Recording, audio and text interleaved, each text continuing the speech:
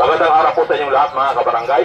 Kami po ang kapulisan ng Ternate MPS ay magbabahagi po ng ilang safety tips upang maiwasan ang impluwensya ng karahasan o terorismo sa ating mga anak sa pamamagitan ng social media. Hindi lahat ng nababatas sa social media o internet, nakikita at napapanood ng ating mga anak ay may mabuting epekto. Ingatan ang mga bata laban sa impluwensya ng cyber-enabled abuse o terroristic influence gamit ang internet. Gabayan ang mga bata sa pamamagitan ng pag-monitor ng kanilang mga binabasa, pinapanood, pinapakinggan sa kanilang mga mobile devices. Limitahan ang mga bata sa paggamit ng mga gadgets. Tamang gabay ng magulang ang kailangan upang maiwas ang mga kabataan sa tiyak na kapahamakan. I-monitor ang mga post o mga salubin ng inyong mga anak na ibinabahagi sa social media.